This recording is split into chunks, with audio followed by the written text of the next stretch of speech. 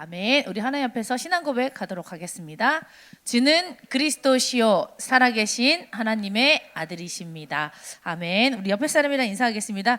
예수님은 하나님이십니다. 네, 예수님은 생명의 빛이십니다. 네, 아멘. 읽어드린 말씀으로 감난산 길로 올라가라 라는 제목으로 하나님의 말씀을 증거하도록 하겠습니다. 이제 사무엘하가 15장, 이제 13장까지 이제 제가 마쳤는데요. 오늘 14, 15, 16장 이제 하려고 그래요. 굉장히 막 달려야 돼요. 서사가 엄청 길어요. 근데 다음 주가 이제 사무엘하 이제 마지막 정리하고 졸업 예배 때 이제 23장을 끝으로 이제 사무엘하가 마무리가 되는 그런 시간표에 있습니다. 그래서 오늘은 굉장히 막 달릴 거예요. 여러분들께서 잠깐 조금 피곤하고 식사하시고 나서 약간 졸릴 수도 있지만 쭉 이렇게 하나님 말씀을 다 잘 따라오시면서 특히 오늘은 직분자 임명식이 있기 때문에 나에게만 주시는 말씀이 어떤 건가 잘 들으시면서 딱 붙잡고 그 말씀대로 딱 가길 소망합니다. 자, 우리 지난주에는 세초였으니까 그죠? 그 전주 기억을 막 더듬어 보면 굉장히 암논이 그 죄로 인해서 동생한테 죽임을 당하죠. 기억나시죠? 자, 그러고 나서 이제 압살롬이 도망을 갑니다. 조금 막 도망간 거예요. 자, 그 압살롬이 다윗을 피해서 어디로 갔냐? 어디로 갔을까요? 자, 14, 15, 16장 여러분 꼭 읽어오세요. 다음 주까지 다 읽었어요. 자, 보면은요, 어디로 도망갔냐면 그래도 가족이야. 가족. 자기 아빠, 자기 부모님이 그술에 있는 왕, 그술 왕의 딸이 자기 엄마거든요. 그 삼촌한테 가니까 왜 삼촌한테 간 거야? 누구 생각나요? 누가 생각나요? 구약에 창세기에 누구 생각나요? 야곱 생각나죠? 야곱이 외삼촌한테 갔죠? 똑같은 거예요. 마찬가지입니다. 자, 이렇게 어떻게 합니까? 이 자기 외삼촌한테 가서 숨습니다. 이 달메라는 이 외삼촌한테 도망간 지 3년 동안 거기에 있었던 거예요. 그러니까 다윗이 우리 아이가 자기 형을 때려 죽였지만 어떻게 합니까? 근데 저기 가서 3년 동안 얼굴도 못 보고 이렇게 있는 거야. 그래서 성경에 그의 마음이, 다윗의 마음이 압살롬을 향해 있다. 근데 그 옆에 가장 가까이에서 있는 우리 김수현 회장처럼 참모가 마음을 알잖아요. 다윗의 마음을 알잖아요. 그러니까 어떻게 합니까? 야, 이 다윗이 이 너무 큰 아들은 죽었지, 둘째 아들은 아팠는지 병이 들었는지 모르겠지, 셋째 아들은 저기 가 있지, 또 딸은 또 저렇게 좀 그렇게 아주 나쁜 짓을 당했지. 그러니까 옆에서 측은지심이니까 둘을 화해하고 아니면 압살롬을 데리고 오려고 막 애를 쓰는 거예요.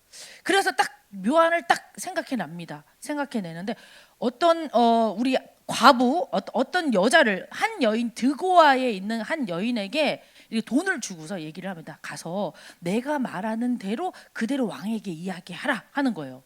그래서 그 왕이 그 요압이 그 드고아의 여인을 데리고서 다윗 왕 앞에 딱 세웁니다. 딱 그러니 그가 하는 말이 뭐예요? 너가 어떻게 여기 왔냐? 다윗이 물었습니다. 어떻게 해야 드고 해요?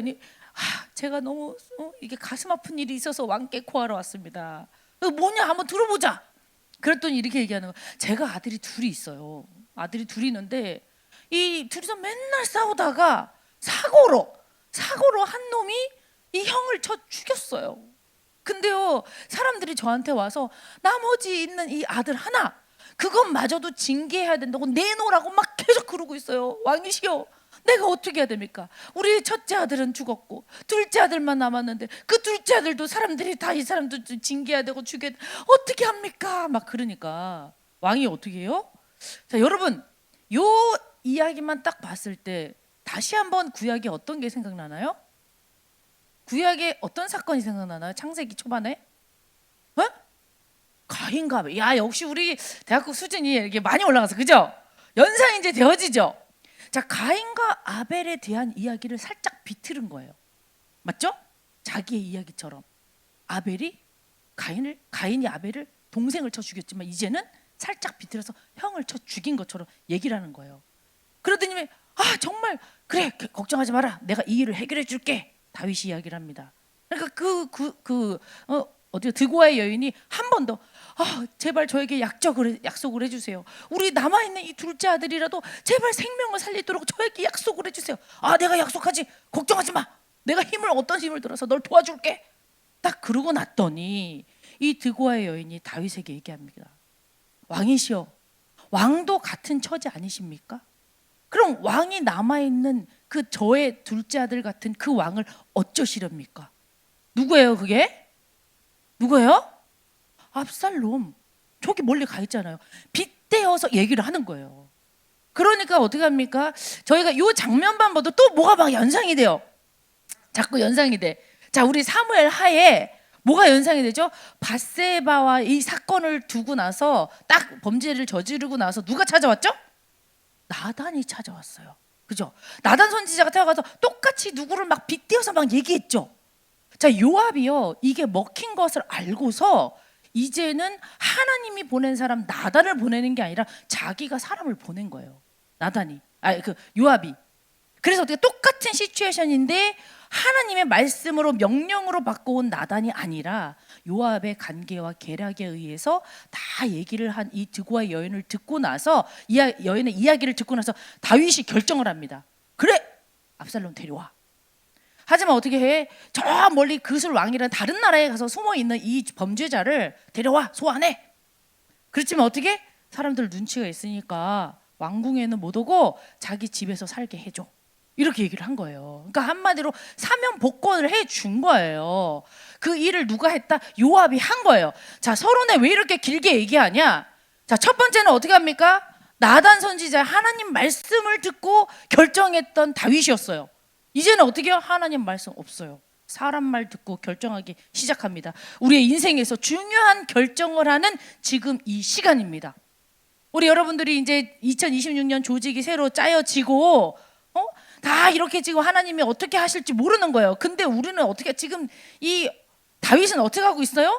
요압이 잘 짜놓은 각본에 요압이 연출한 거에 속아서 거기에서 결정을 하는, 즉각적인 결정을 하는 거. 우리도 마찬가지입니다. 세상이 짜놓은 각본과 연출과 연기자에 의해서 나도 하나님께 물어보지 않고 하나님의 말씀인지 확인도 안 하고 즉각적인 결정을 할 때 너무 많아요.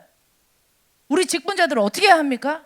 사람 말 듣고 결정하지 말고 하나님 말씀 듣고 결정을 해야 합니다. 우리는요, 하나님 말씀에 근거한 신앙생활, 그거에 또한 근거한 인생이요, 굉장히 중요한 방향을 결정한다. 명심해야 합니다. 말씀에 뿌리가 없고 사람 말에 휘둘릴 때 어떻게 됩니까?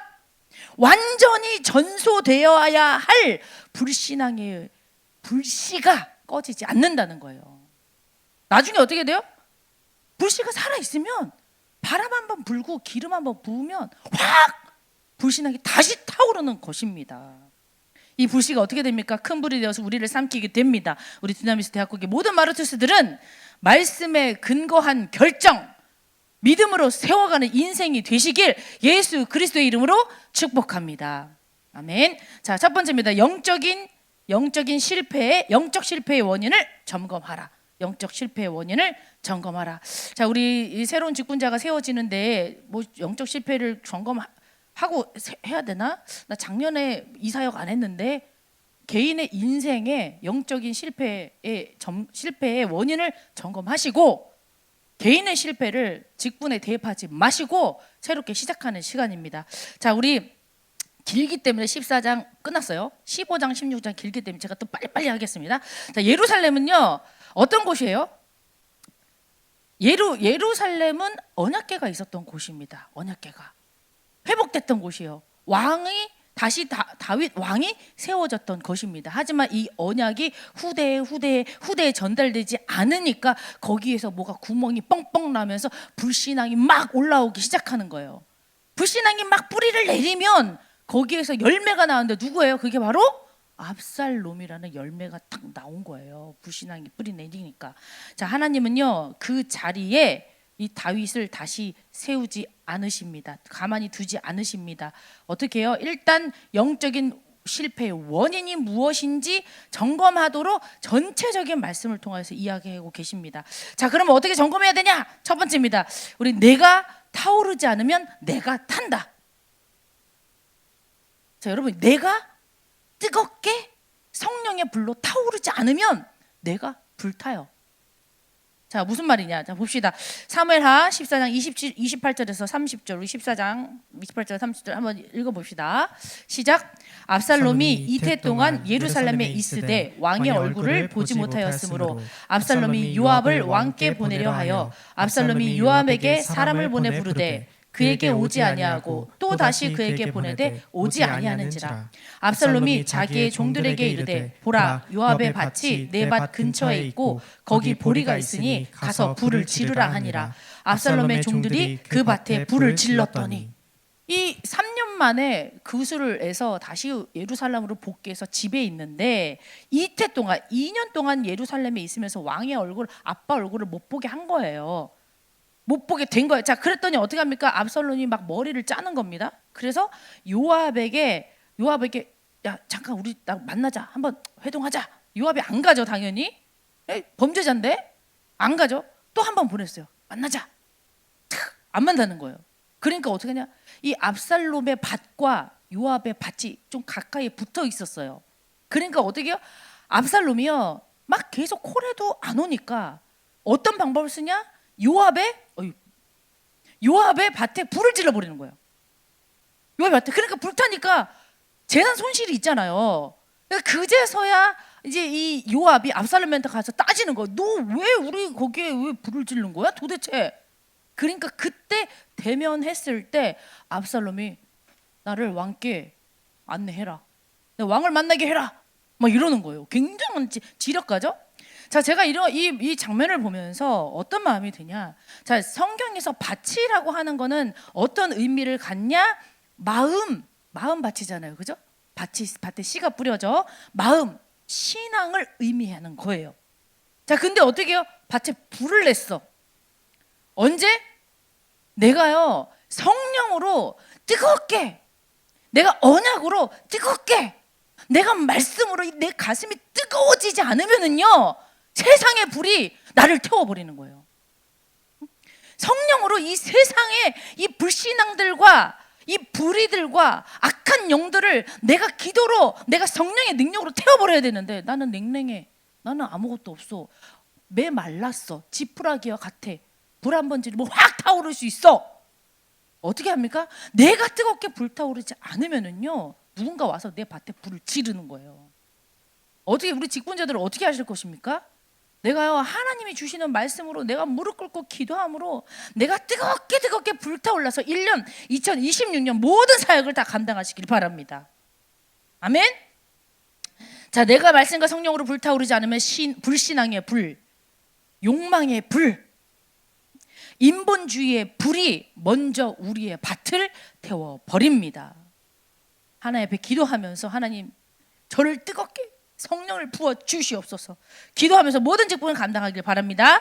자, 두 번째입니다. 외적인 것을 보지 마라, 중심을 봐라, 중심을 보라라는 것입니다. 자, 사무엘하 14장 25절 26절 우리 다 같이 한 목소리로 읽어보도록 하겠습니다. 시작. 온 이스라엘 가운데서 압살롬 같이 아름다움으로 크게 칭찬받는 자가 없었으니 그는 발바닥부터 정수리까지 흠이 없었더라. 그의 머리털이 무거움으로 연말마다 깎았으며 그의 머리털을 깎을 때 그것을 달아본즉 그의 머리털이 왕의 저울로 200세겔이었더라. 자, 이 요압이 압살롬을 다시 아버님이랑 딱 만나게 한 다음에 그 다음에 어떻게 합니까? 아버지가 그래, 14장 보니 33절 보니까요 요압이 왕께 나아가서 그에게 아뢰되 왕이 압살롬을 부르니 그가 왕께 나아가 그의 앞에서 얼굴을 땅에 대어 절하면서 왕과 압살롬이 입을 맞추면서 이거는 공식적으로 이 죄를 용서하고 화해 모드로 들어가는 이 장면이 딱 연출이 되는 거예요. 근데 요 하기 전에 희한하게 성경에서는요 압살롬의 외모에 대해서 굉장히 기술을 하고 있습니다. 좀 전에 읽으셨죠? 압살롬이 뭐라고요? 아름다움이 뭐라고요? 엄청나게 아름다워가지고 크게 칭찬받는 자래. 아니, 대부분 아름답다 누구한테 써요? 여자한테 쓰잖아요. 근데 얼마나 아름답길래 남자한테 아름다워서 크게 이렇게 쓰는 거야. 근데 여기서는요 머리털이 무겁대. 어디까지 기른 거야? 근데 머리를 1년에 한 번 잘랐는데 그 머리털 어떻게 저울을 대니까 200세 기리는 건 2.3kg거든요. 머리가 2.3kg야. 그죠? 나는 지방이 20kg인데 뱃살이 20kg인데 머리털이 2.3kg야. 오 마이 갓. 얼마나 무거운 거야. 외모에 대해서 계속 기술을 하고 있어요. 그러면서 뭐라고 합니까? 또 계속 봅시다 우리. 사무엘하 15장 1절에 딱 우리 같이 읽어봅시다. 시작. 그 후에 압살롬이 자기를 위하여 병거와 말들을 준비하고 호위병 50명을 그 앞에 세웠대. 아빠가 나를 용서했어. 나 이제 다시 왕자로 복귀했어. 나 얼굴 어때? 나 엄청 아름답지? 나 머리 그 당시에 머리라는 것이 상징하는 것이 굉장히 지위랑 관련이 있거든요. 나 이런 사람이야. 나 꽃을 든 남자야. 나 샴푸 써. 이런 샴푸. 하면서 어떻게 합니까? 혼자 다니는 게 아니라 어떻게 해요? 50명 50명 경호원을 둔 거야. 말과 병거를 가지고 내가 어디를 가든지 내 앞뒤로 50명이 따라다녀. 야 여러분 저 50명 따라다닐 수 있어요? 뭔 그치? 내 인생이 소중한데 왜 날 따라다녀? 근데 그러고 있는 거야 지금.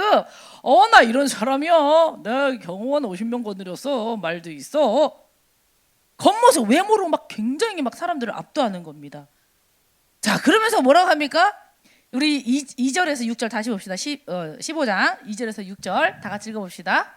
자 제가 자 같이 읽읍시다. 시작. 압살롬이 일찍이 일어나 성문길 곁에 서서 어떤 사람이든지 송사가 있어 왕에게 재판을 청하러 올 때에 그 사람을 불러 이르되 너는 어느 성읍 사람이냐 하니 그 사람의 대답이 종은 이스라엘 아무 지파에 속하였나이다 하면 압살롬이 그에게 이르기를 보라 내 일이 옳고 바르다마는 내 송사를 들을 사람을 왕께서 세우지 아니하셨다 하고 스톱. 자 뭐라 그래요? 아니 시키지도 않았는데 아침 일찍 그냥 외모를 딱 갖추고 성문 앞에 딱 가가지고 어떤 사람이 이 예루살렘에 와서 내가 억울한 일이나 내가 판결이 필요한 사람이 딱 들어오면은 먼저 가서 너는 어느 성읍 사람이냐 막 적극적으로 가는 거예요. 그러니까 저는 어떤 지파에 속하였어요 하니까 어떻게 합니까? 압살롬이 야 그렇구나 너가 이렇게 이런 일들을 다 들으면서 너가 이런 억울한 일이 있었구나 다 들어줘요. 야 얼마나 좋아. 내게 관심 없는 사람이 너무 많은데 저 압살롬은 엄청 막 외모도 굉장히 멋있고 주변에 사람들도 많고 거기다가 내 얘기를 너무 잘 들어줘. 야 그러면 얘기 또 하고 싶고 또 만나고 싶죠. 그런데 뭐라 그래요? 살짝 아빠를 디스해. 어떻게 아빠를 디스하냐? 야 너가 진짜 억울하겠다. 너 정말 힘들겠다 하고서 근데 너의 이 일을 들을 만한 사람을 왕이 세우지 않았어. 왕은 너의 일에 관심 없어. 그래서 아무도 너 일 봐줄 사람 없어. 이렇게 얘기를 하는 거예요. 자, 우리 4절부터 6절 다시 한번 읽어보도록 합시다. 4절부터 6절. 자, 시작. 또 압살롬이 이르기를 내가 이 땅에서 재판관이 되고 누구든지 송사나 재판할 일이 있어 내게로 오는 자에게 내가 정의를 베풀기를 원하노라. 스톱. 뭐라 그래요? 내가 뭘 베푼다고요? 자기가 뭐라고 생각해? 내가 이 땅에서 뭐가 된다고? 재판관이래. 재판관이 저 왕자인데? 하나님이요 왕권을 딱 줬을 때는 재판하는 권이 있거든요. 그래서 솔로몬이 어떻게 합니까? 솔로몬이 재판을 하잖아요. 그죠? 아이 가지고 재판하는 모습 여러분 아시잖아요. 근데 왜 자기가 재판관이래? 그러면서 뭐라 그래요? 내가 정의를 베풀 거래. 지금 압살롬이 정의로운 사람이에요? 아니에요? 압살롬은 어떤 사람이에요? 살인자예요. 살인자. 그것도 어떻게 해요? 자기 형을 죽인 사람이에요. 근데 어떻게 내가 재판관이고 내가 정의를 베풀 거야 라고 말을 하고 있습니다. 어떻게 해요? 외관상으로 볼 때는 야, 저 사람 굉장히 힘이 있나 봐. 이 다윗 왕이 인정한 사람이야. 50명 호위병사를 딱 주더니 어떻게 재판관의 자리에 앉히네? 이 사람에게 사람들이 막 가가지고 자기의 송사를 다 얘기하네? 와 대박! 그럼 어떻게 돼요? 사람들이 볼 때 와 이제는 다윗이 아니라 이제 이 압살롬에게 뭔가 막 힘이 막 주어진 것 같잖아요. 그럴 때 사람들은 움직여요. 마음이 움직인다고요. 왜요? 인간은 외모를 보니까 중심을 볼 수 없으니까 마음과 생각이 눈에 안 보이기 때문에 겉모습만 보는 거예요. 자 계속 봅시다. 우리 5절에서 6절 같이 봅시다. 시작. 사람이 가까이 와서 그에게 절하려면 압살롬이 손을 펴서 그 사람을 붙들고 그에게 왜 입을 맞춰? 쓸데없이. 왜 스킨십이야? 웬 스킨십? 자, 6절 시작. 이스라엘 무리 중에 왕께 재판을 청하러 오는 자마다 압살롬의 행함이 이와 같아서 이스라엘 사람의 마음을 압살롬이 훔치니라. 자, 어떻게 하라고요? 아니, 왕께 재판하러 오는 사람 자기가 싹 가로채가지고 이렇게 어유 그랬구나, 어유 너무 힘들겠구나, 그러고 나서 넌 정말 존귀한 사람이야. 뭐한 짓이야? 근데 어떻게 해요? 여기에 넘어가는 사람이 있는 거예요. 성경에서 오늘 뭐라고 얘기하면 이스라엘 사람들의 마음을 압살롬이 훔쳤어. 여러분, 마음 훔치기 쉬워요. 엄청 쉬워요, 여러분. 아멘? 누구야? 여러분, 마음 훔치는 건 너무 쉬워요. 여러분의 마음에 이렇게 쉽게 막 이동해도 되는 거예요. 딱 보기에 외적으로 봤을 때 굉장히 뭔가 있어 보이잖아요. 그리고 굉장히 나를 환대해 주잖아요. 근데 사실은 뭡니까? 뒤로 가면 갈수록 왜 압살롬이 이렇게 사람들의 마음을 훔쳐야 했습니까? 자기 권력, 자기가 다윗을 업고 자기가 권력을 탈취하기 위해서 이 사람들의 마음을 훔쳐서 이용하는 거예요. 그거는 순수한 마음이 아니잖아요. 숨은 계산이 있잖아요. 자기 중심적이잖아요. 그것 때문에 사람들의 마음을 훔치는 거예요. 진짜 그 사람들을 위해 했을까요? 진짜 그 사람들의 고충을 나눠주길 원했을까요? 더 나은 방법으로 선을 베풀길 원했을까요? 아니라는 거예요. 근데 우리는 쉽게 어떻게 합니까? 외적인 것을 보고서 그 사람을 판단하고 지금 되어지는 풍토를 판단하고 지금 힘을 내 마음이 막 흔들흔들 거린다는 거예요. 우리는요, 눈에 보이진 않지만은요, 우리는 하나님이 이 사무엘 상하를 통해서 계속해서 우리에게 하시는 말씀이 뭐다? 사람은 외모를 보지 말고 중심을 봐라. 믿음을 봐라. 그 사람의 신앙이 어떤가를 알아라.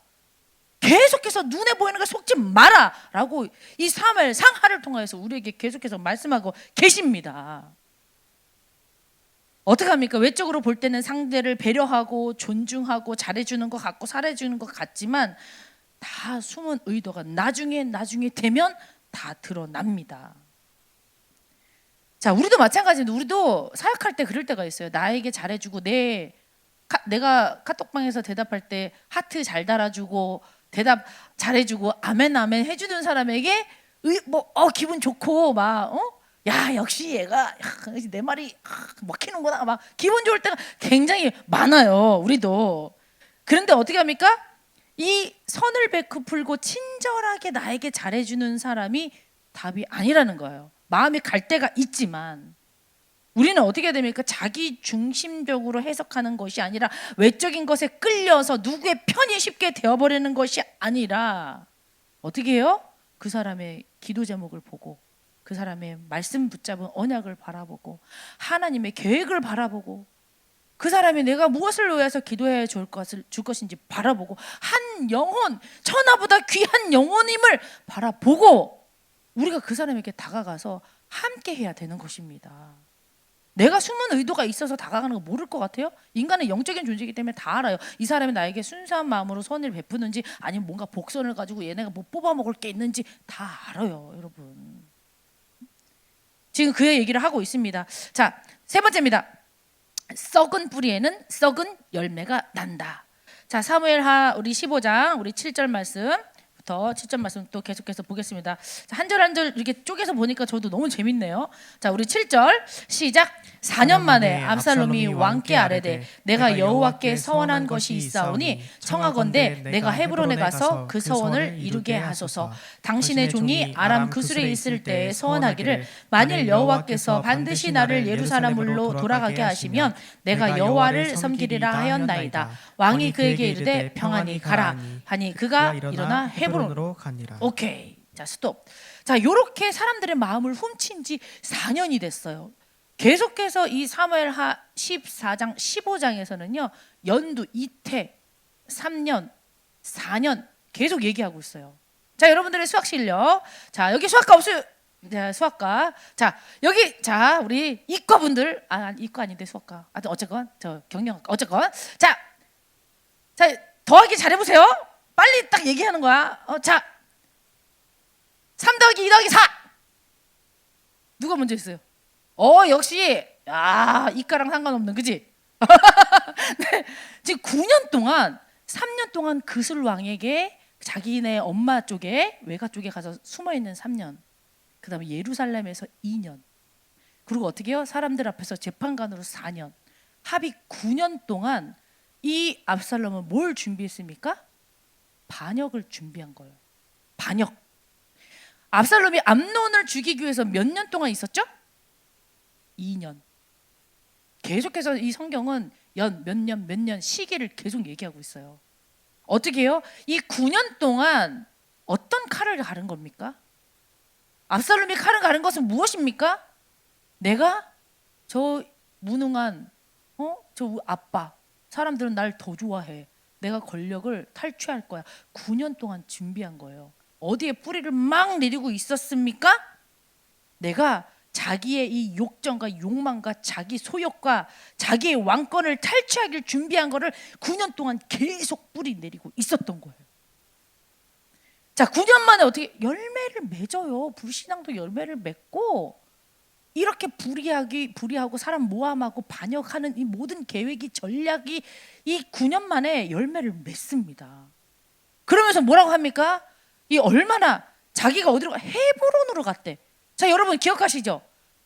다윗이 어디에서 제일 처음 왕이 됐죠? 헤브론에서 왕이 됐어요. 유다 지파 하나님이 헤브론으로 가라 해서 헤브론으로 갔어요. 유다 12지파 중에서 유다 지파만 다윗에게 와서 기름을 부어서 왕으로 삼았어요. 7년 동안 이 사람들에게 왕이 되었어요. 근데 지금 압살롬이 어디로 간대요? 헤브론으로 간다는 거예요. 근데 다윗은요 굉장히 영적인 사람이어서 지혜가 있으면 벌써 거기에서 헤브론? 이렇게 해야 돼요. 얘가 왜 헤브론으로 가지? 근데 어떻게 영적인 촉이 다 죽었어. 왜? 철저히 지금까지 나단 선지자 이후로 하나님 말씀대로 했다, 하나님께 기도해봤다, 하나님의 사자가 나에게 없어. 사람 말 듣고서 다 결정해 인생을. 그러다 보니까 벌써 촉이 없는 거야. 근데 헤브론으로 가가지고 자기가 있겠대. 허락해줬어. 근데 결국 거기에서 일이 터지는 거예요. 내가 다윗 왕처럼 우리 아빠처럼 내가 헤브론에서 왕이다 시작됩니다. 우리 10절에서 우리 11절 우리 다 같이 읽어보도록 하겠습니다. 시작.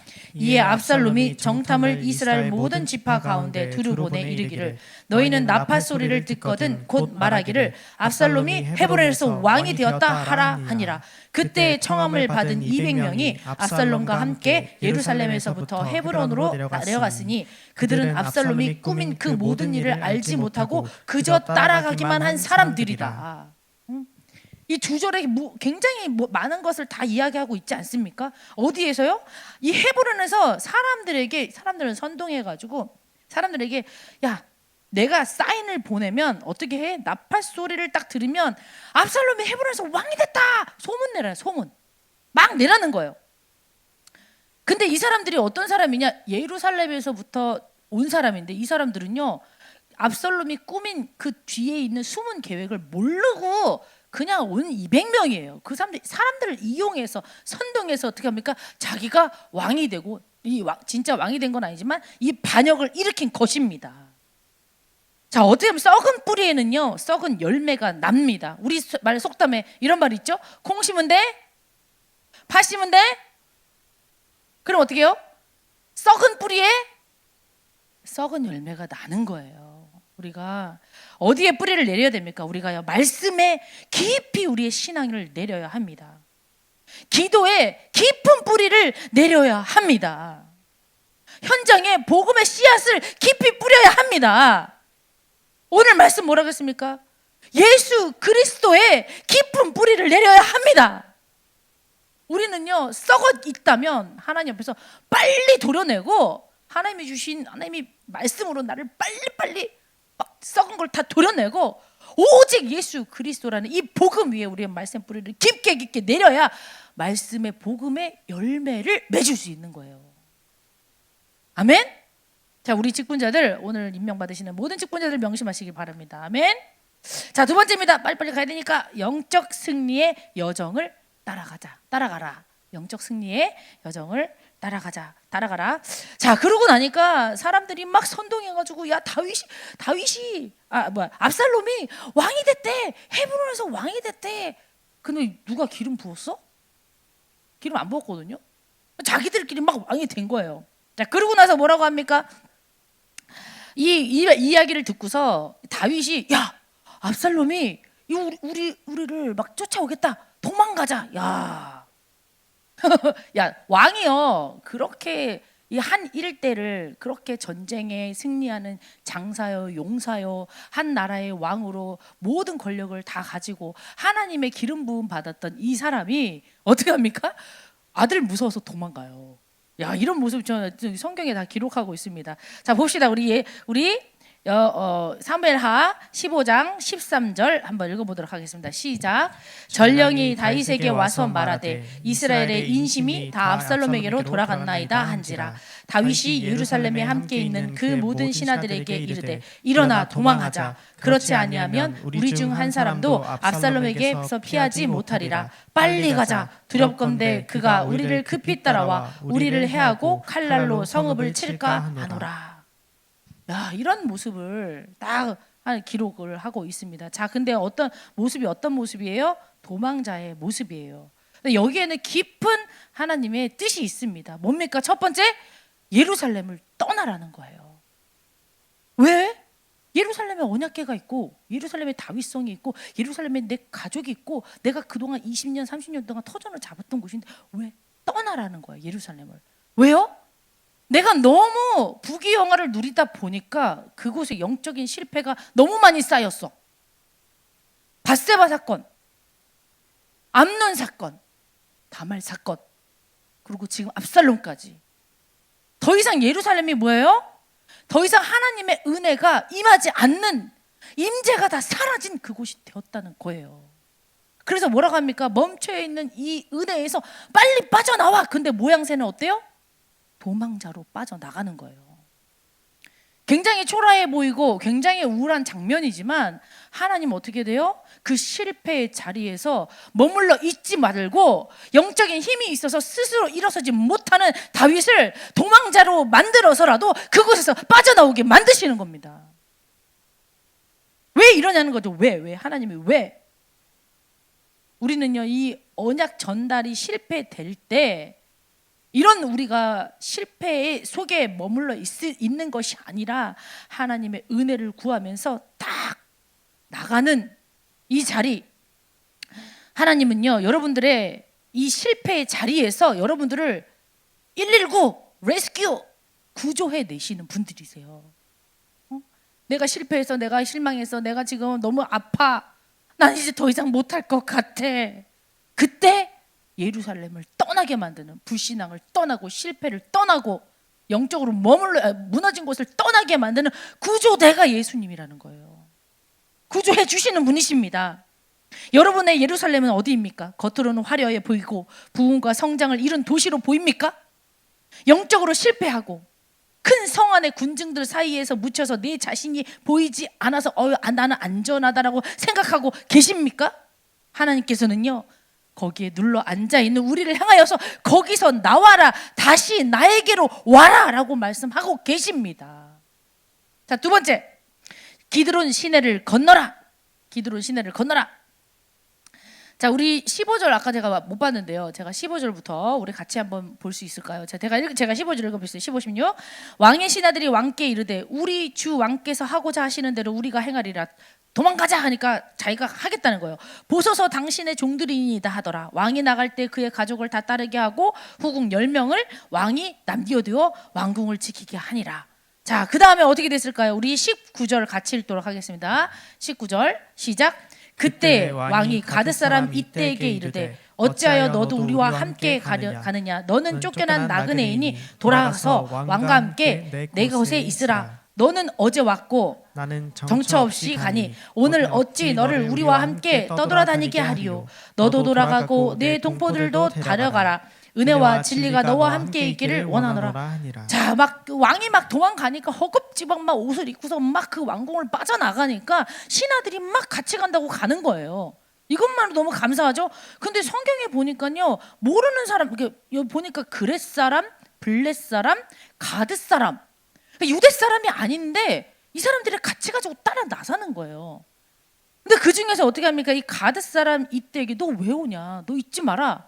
그 다음 왕 될 사람, 그 사람 옆에 있어, 머물러 라고 하니까요, 이때가 오늘 21장에 엄청난 신앙 고백을 합니다. 우리 21절 우리 한번 같이 읽어보도록 합시다. 우리 믿음의 고백 해봅시다. 시작. 이때가 왕께 대답하여 이르되 여호와의 살아계심과 내 주 왕의 살아계심으로 맹세하옵나니 진실로 내 주 왕께서 어느 곳에 계시든지 사나 죽으나 종도 그곳에 있겠나이다. 아니, 유대 사람 나와 같은 종족도 아니고 다른 나라 사람, 우리 오늘 카인이 왔는데 우리 카인처럼 다른 나라 친구가, 우리 떼시 안 왔구나, 그지? 다른 나라 사람이 와가지고 제가 같이 가겠습니다 얘기하는데 뭐 사나 죽으나 종도 당신과 함께 하겠나이다, 뭐예요? 목숨 건 신앙 고백을 하는 거예요. 근데 이 장면이 또 구약의 어디에 굉장히 되게 막 연상되는 장면입니다. 우리 루시, 나오미가 너 가라, 우리 집은 망했다, 우리 집은 망해, 나는 그냥 난 돌아갈게 이스라엘로 할 때 루시 어떻게 해요? 내가 죽으나 사나 어머니와 함께나이다. 그 신앙 고백으로 말미암아 보아스를 만나서 이 그리스도의 계보를 이어가게 된 거잖아요. 마찬가지예요, 마찬가지. 지금 그런 신앙 고백으로 이때가 목숨 건 신앙 고백을 딱 하는 거예요. 근데 앞에 어떻게 시냇가가, 기드론 시냇가가 딱 있는 거예요. 그러니까 이 신앙 고백을, 이 힘들고 어려운 가정에, 안 그래도 나는 도망자고 언제 죽을지 모르는 그런 패망한 것 같은 이런 모습의 이 왕인데, 그 사람을 따라 나서는 사람이 너무 고마운데, 그것도 이때라고 하는 이방인이 나를 향해서 목숨을 건다? 엄청난 동역자인 거예요. 이게 믿음의 동역자. 자, 여러분들 어디에 목숨 거셔야 합니까? 말씀을 지키는 일에, 우리가 이 말씀을 전하는 일에, 우리가 말씀대로 사는 것에 목숨을 거셔야 합니다. 여러분들은 누구의 동역자입니까? 예수 그리스도의 좋은 제자요 동역자입니다. 그럼 어떻게 돼요? 기드론 시내, 내 앞에 문 앞에 시내지만 우리가 생각하는 얕은 시내가 아니란 말이에요. 시내를 건너는 무언가 내가 액션을 취하려고 할 때, 중요한 결정을 할 때 신앙 고백을 함으로 우리가 이 순례자의 길을 결단하고 가는 거예요. 여러분, 직분을 받을 때 어떻게 됩니까? 믿음의 고백을 하고, 이 어떻게 될지 모르지만, 갈 바를 알지 못하지만 나는 순례자다, 하나님이 이끄시는 대로 가겠다라고 결단하면서 가는 것이 직분자라는 겁니다. 그럴 때 어떻게 합니까?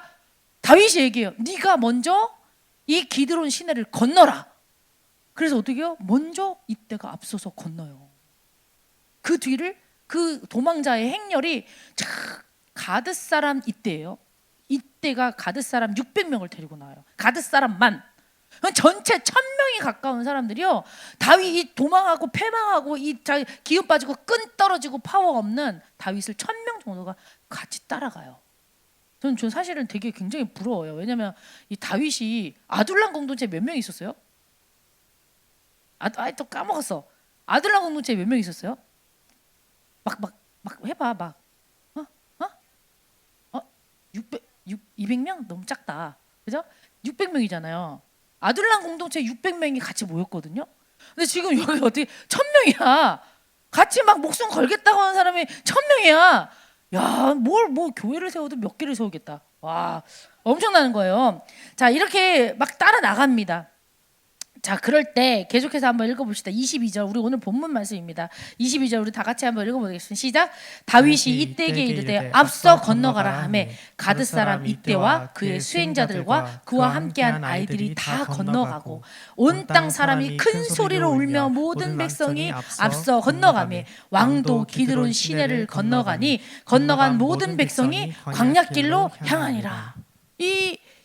오늘 제가 이 이대지는요, 이 장소의 이동이에요. 예루살렘을 떠나라, 실패의 자리에서 떠나라 라고 와서 기드론이라는 시냇가를 딱 앞뒀어요. 여기에서는 뭐예요? 여기서 기드론 시냇가를 건너면 이제 감난산 길로 간단 말이죠. 그건 무슨 의미냐?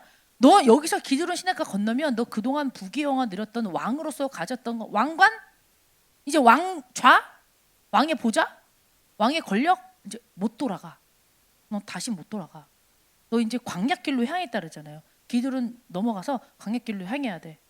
거기에는 뭐야? 도적의 위험, 그리고 뭐야? 병의 위험, 짐승의 위험, 살인의 위험, 목숨이 굉장히 위태로운 그 현장이야. 굉장히 중요한 갈림길이 바로 기드론 시냇가예요. 거기에서 너가 올바른 신앙 고백하지 못하면 넌 돌아가면 죽어. 미안하지만 건너가야 돼.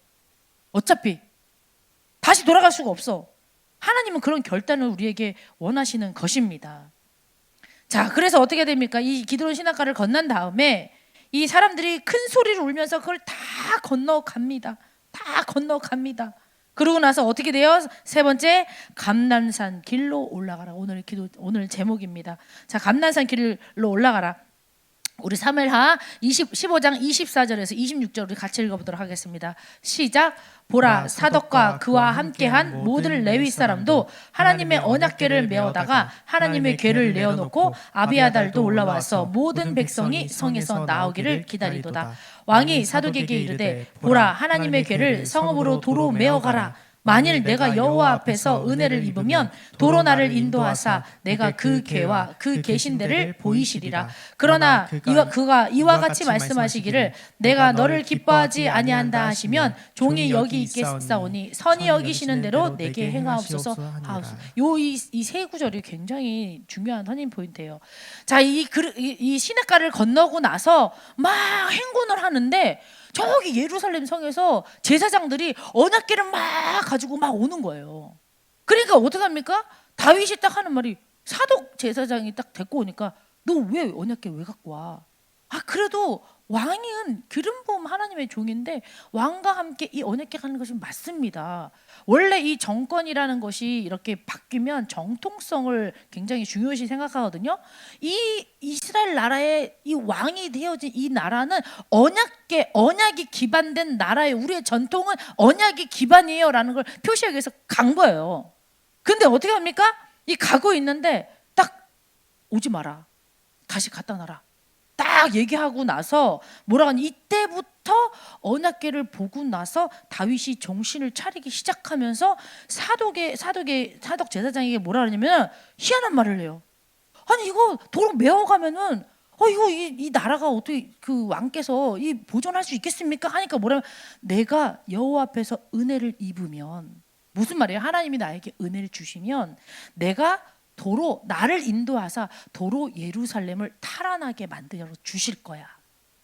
지금까지 이런 말도 안 되는 도망자의 모습으로 막 예루살렘 벗어나가지고 막 사람들이 막 이런 난리 속에서 한 번도 여호와께서라는 말을 안 했던 다윗이 여기에서 언약궤가 딱 오는 걸 보고서 거기에서 정신차려 그때부터 하나님에 대해서 생각하기 시작해요.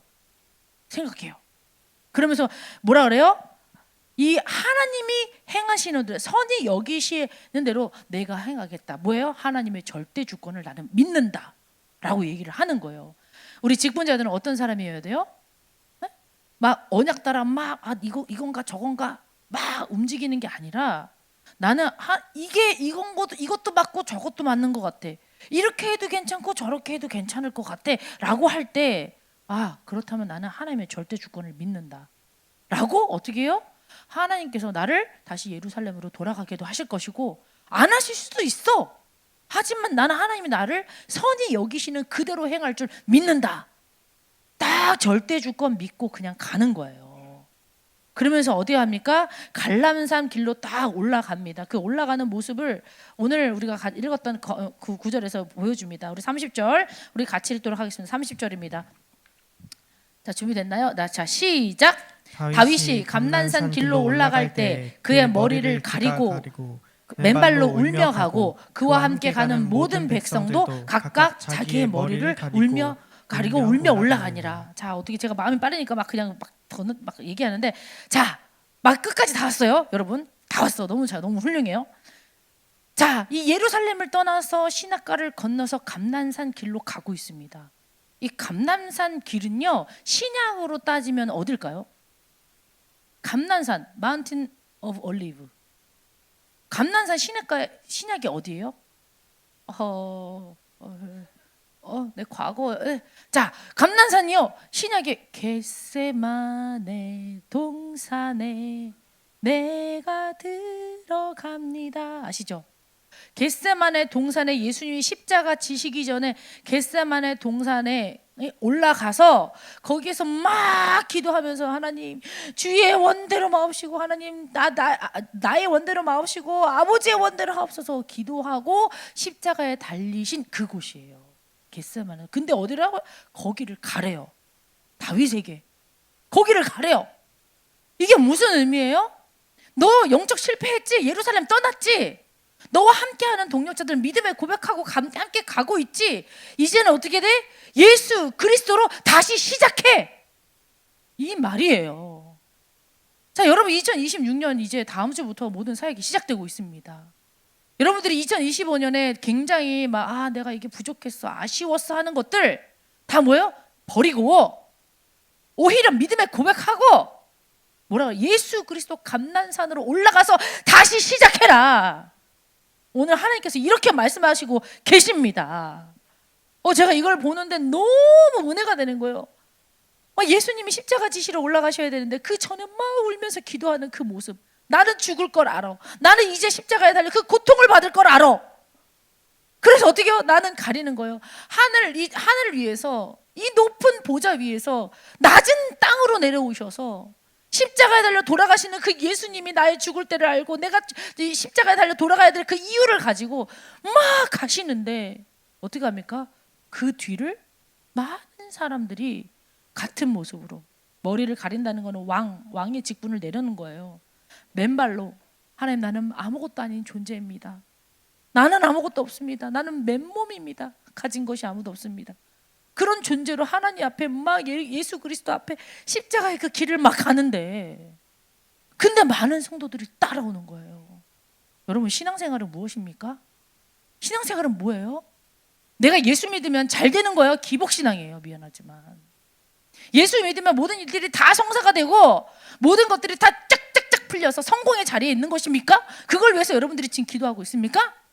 미안하지만은요, 이 다윗을 뒤따르는 사람들의 모습도 다윗의 모습과 똑같이 머리를 가리고 같이 울며 하나님께 내가 억울해서 우는 눈물이 아니라 하나님 저는 잘 모르겠지만 미래에 대해서 나는 너무 불안하지만 나는 하나님만 믿고 예수 그리스도로 다시 시작하라고 했으니까 저는 하나님 믿음 주시면 저는 다시 시작하겠습니다. 은혜의 눈물을 뻥뻥 흘리면서 그 길을 가는 게 성도의 모습이에요.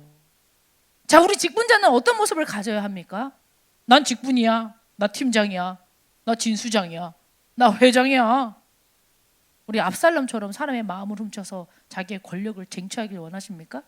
직분자들은 어떤 모습이어야 됩니까?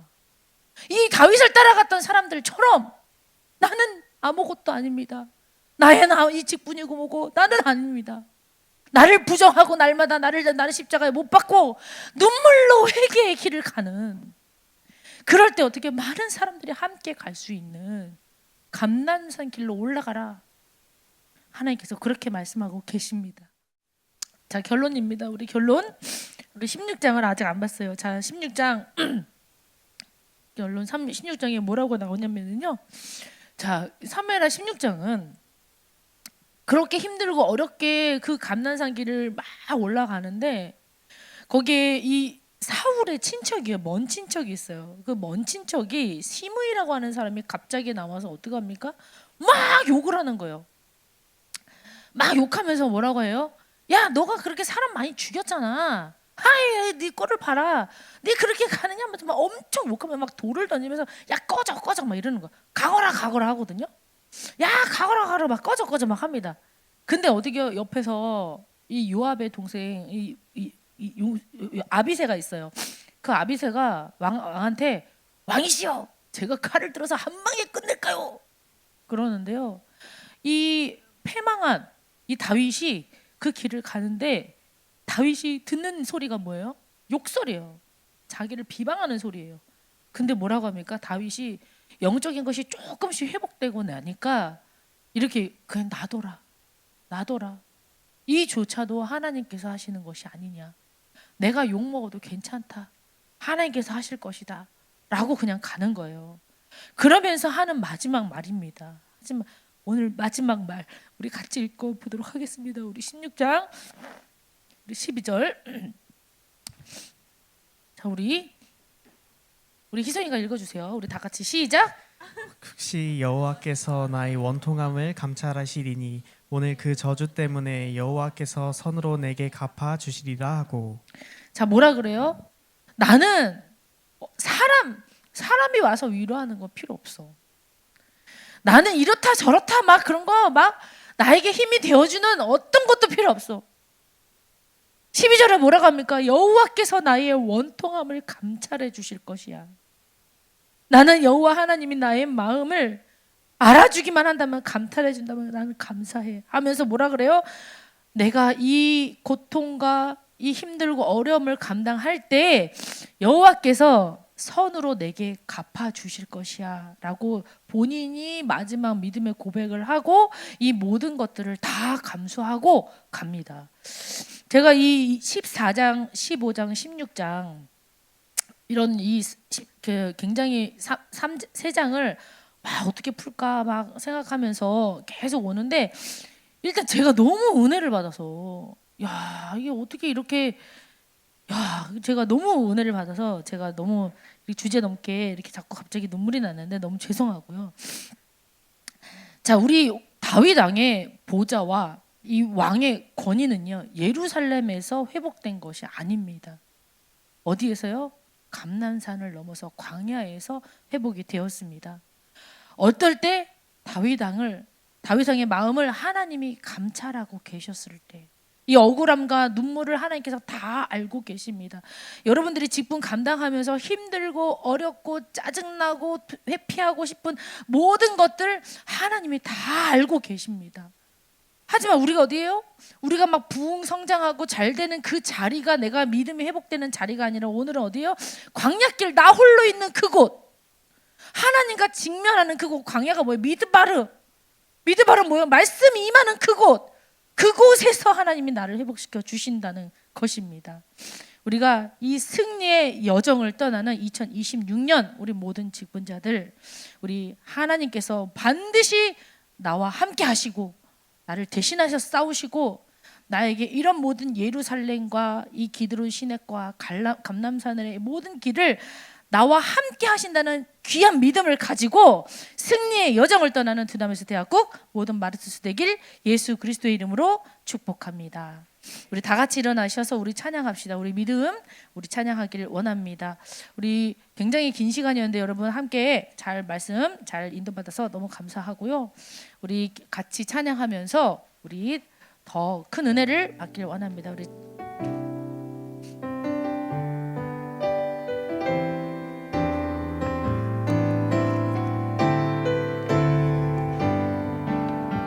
이곳에 임하신 하나님 나라, 가난한 마음으로 바라보리라. 먼저는 하나 그 뜻 구하며 나의 삶 드리리. 주님이 맡기신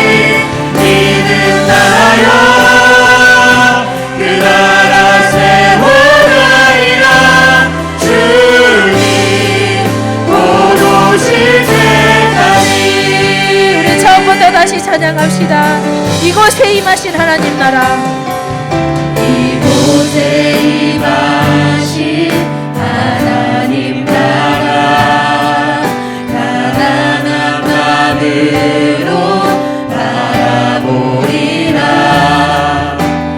먼저 그 나라 그 뜻 구하며 나의 삶 드리리. 주님이 맡기신 하나님 나라, 믿음의 눈으로 바라보리라. 하늘의 뜻이 이 땅 가운데 완성될 그날까지 믿음하여 그 위에 서리라. 하나님의 나라는 무너지지 않으리. 믿음하여 그 나라 세워나리라. 주님 곧 오시는 날까지 믿음하여 위에 서리라. 무너지지 않으리. 하나님의 나라는 무너지지 않으리. 믿음하여 그 나라 세워나리라. 주님 한 번 더 찬양합시다. 믿음 다하여 그 위에 서리라. 믿음하여 그 위에 서리라. 하나님의 나라는 무너지지 않으리. 믿음하여 그 나라 세워나리라. 주님 곧 오실 때 나의 믿음 주께 있네. 나의 믿음 주께 있네. 십자가 능력이 내 영광 되었네. 주께서 우리를 승리케 하셨네. 나의 능력 나의 소망 주께 나의 믿음 주께 있네. 나의 믿음 주께 있네. 십자가 능력이 내 영광 되었네. 주께서 우리를 승리케 하셨네. 우리를 승리케 하셨네. 나의 능력 나의 소망 주께 오직 예수. 오직 예수. 나의 믿음 십자가 능력 속에 빛나는 영광. 내 모든 승리로 주님께 영광을. 나의 능력 나의 소망 주께 있네. 우리 다 같이 언약기도 하도록 하겠습니다. 영적 실패의 원인을 점검하게 하소서. 성령의 충만함과 영적인 뜨거움을 가득 채워 주소서. 성령의 뜨거움으로 세상의 불신앙을 태우게 하소서.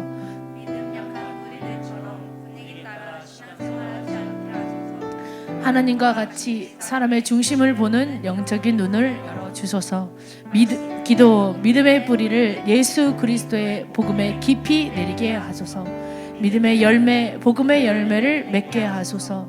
영적인 실패의 자리, 멈춰있는 은혜의 자리에서 빠져나오게 하소서.